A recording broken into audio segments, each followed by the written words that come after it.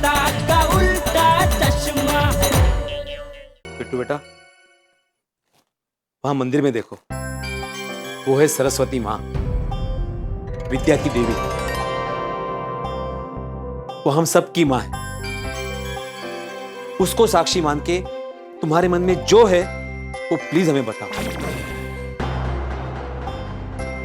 देखना बेटा, तुम्हारी हर तकलीफ दूर हो जाएगी।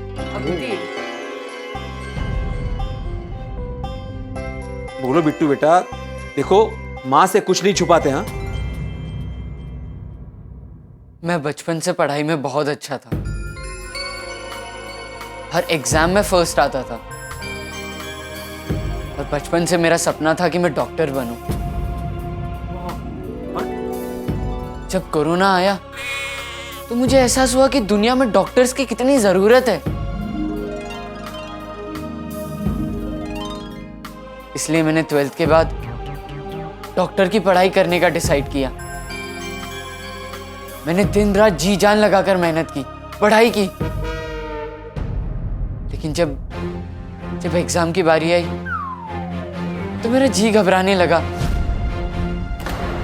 मुझे डर लगने लगा कि कहीं मैं फेल ना हो जाऊं,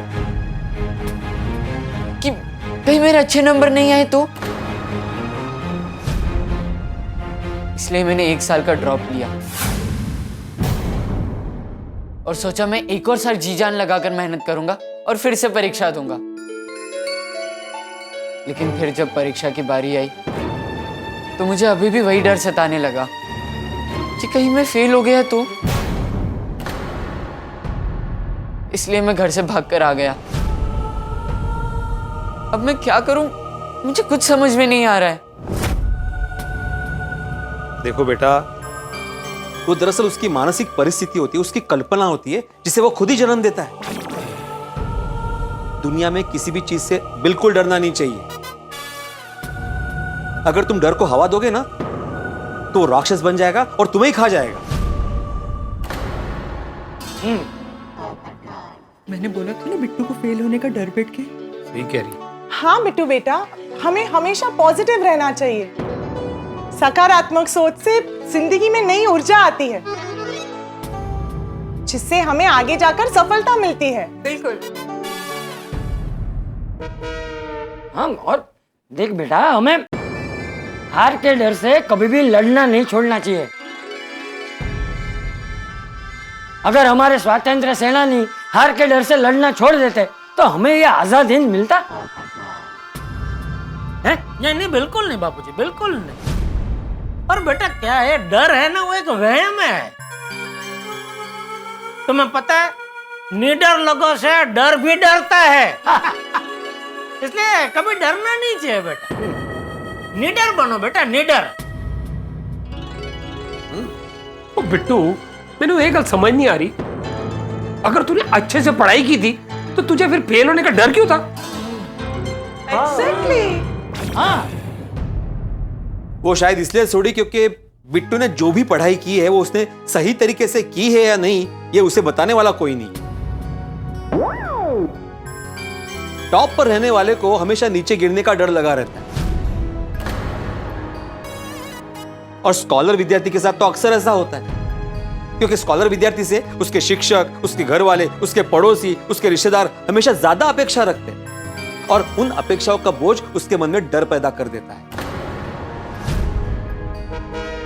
उसको हमेशा ऐसा लगता रहता है कि अगर मैं अपेक्षा पे खरा नहीं उतरा तो, अगर मैंने टॉप नहीं किया तो जो भी मान सम्मान मिला है वो सब मिट्टी में मिल जाएगा। सही बात है। हाँ भिड़े अंकल, आपने मेरे दिल की बात कही है। मैं दिन रात पढ़ाई करता था लेकिन मुझे समझ में नहीं आता था कि मैं जो पढ़ रहा हूँ वो सही है या नहीं। कई बार टीचर्स समझाते थे लेकिन मुझे समझ में नहीं आता था तो मैं कंफ्यूज होता था। और कुछ टीचर्स तो चैप्टर समझाने की बजाय सिर्फ चैप्टर पढ़ के निकल जाते थे। इस वजह से मुझे पढ़ाई में बहुत दिक्कत होती थी।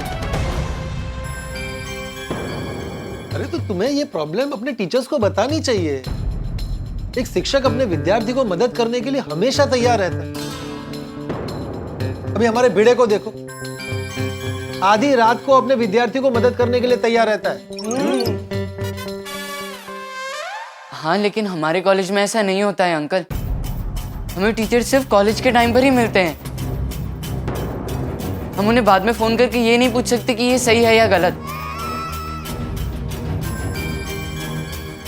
और दूसरा, अगर मैं कोई सवाल पूछता हूँ तो मुझे सामने सवाल पूछते। अरे तुम तो स्कॉलर हो, तुम्हें क्यों नहीं समझ में आ रहा? अरे देवा, तो बहुत बड़ी प्रॉब्लम है। अरे ये तो प्रॉब्लम है ही नहीं। बिट्टू, ये बात अगर तुमने मुझे कल बताई होती तो इसका सॉल्यूशन कल ही मिल जाता। तुम्हें डॉक्टर बनना है और तुमने डॉक्टर से ही बात नहीं की। आपके पास इसका सॉल्यूशन है? अरे कमाल का सॉल्यूशन है। समझो कि तुम डॉक्टर बन गए।